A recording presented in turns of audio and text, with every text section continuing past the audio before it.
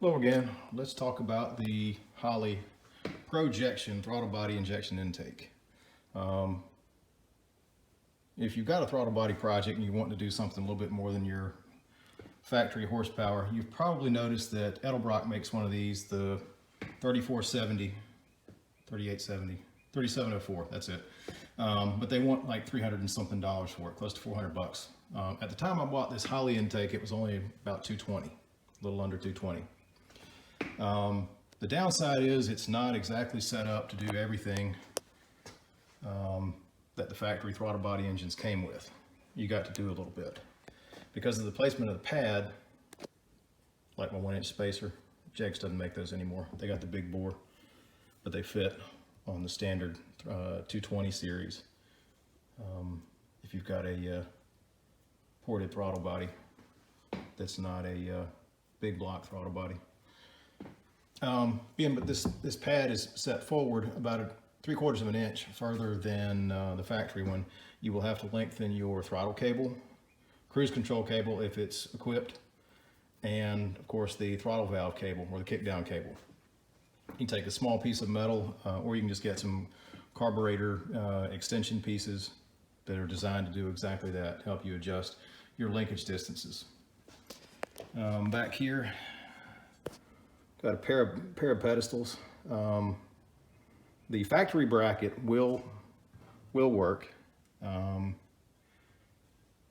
using this bolt hole and this pedestal. You use a bolt here, and you'll reuse one of your factory intake bolts. It's got the stud sticking out of it here with a nut on top of that. That lets you reuse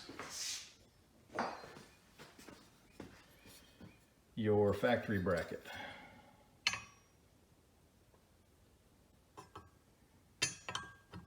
About like that.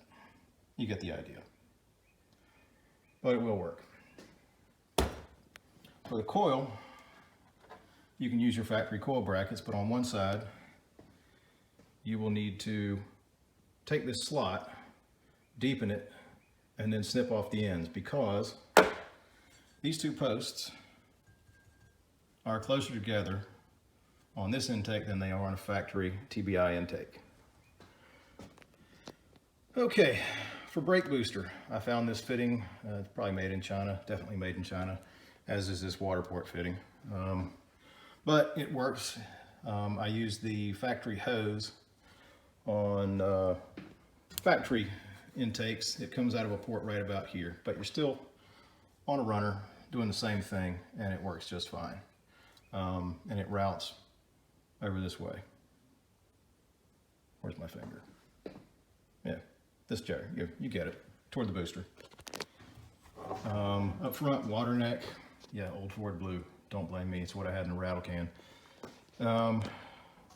Temp sensor. Water port for your heater. This is the 300-49. It's for early style heads. You can see these bolt angles are old style. It does have a pedestal for an EGR. It will not accept the throttle body EGR, the late one. You can take one from a square body truck, put it on here, but you will need, if you're running a big spacer like I am, you will need something from Professional Products. They make throttle bodies, a bunch of other things. Basically, it's an EGR adapter that takes this, raises it up, and then turns it at an angle to get it out of the way of what we got going on here. So you could actually mount one here, and it wouldn't be in the way of anything. If you get dinged and they say, hey, you got to pass visual, you at least got to have something there. You can put one on it. It has no crossover in the back for crossover for water. There we go. So this is just capped. It does have the EGR passages, but again, I'm blocked off, and my heads don't have any EGR or water crossover, but this has the water crossover underneath the pad if you're looking for something like that. You people in Michigan and places north of that for your cold winter time driving on startup. But let's see, electronic spark control module. Let's take a look. I made my own bracket out of a chunk of metal that was actually for holding something above the exhaust manifold when I put the headers on. I kept that piece of metal and then shaped it into this. Unfortunately, when I was taking this apart last time, I cracked off the tab on the side of the ESC module that I had bolted on here, so it's zip tied for now until I can find another one in the boneyard. I hate throwing away or getting rid of a perfectly good factory piece in favor of one made in China by BWD or whoever else, AutoZone Special. Anyway, there's a good convenient place to mount that right there. In about the same attitude where it would be from the factory. I think that's about it. Again, fairly decent intake. A few things you got to do to use this, but if you want to save, 150 bucks and not buy the Edelbrock intake, it's a good choice. Oh, one last thing. I've got this huge bore spacer. If you look underneath that, this is a 50 millimeter bore in the intake. So it's bigger than this spacer I've got, which is big block TBI sized. My throttle body is a piece that's been ported, horn shaved. It's got the spacer for the pod. These are 80-pound injectors. I'm using an external fuel pressure regulator.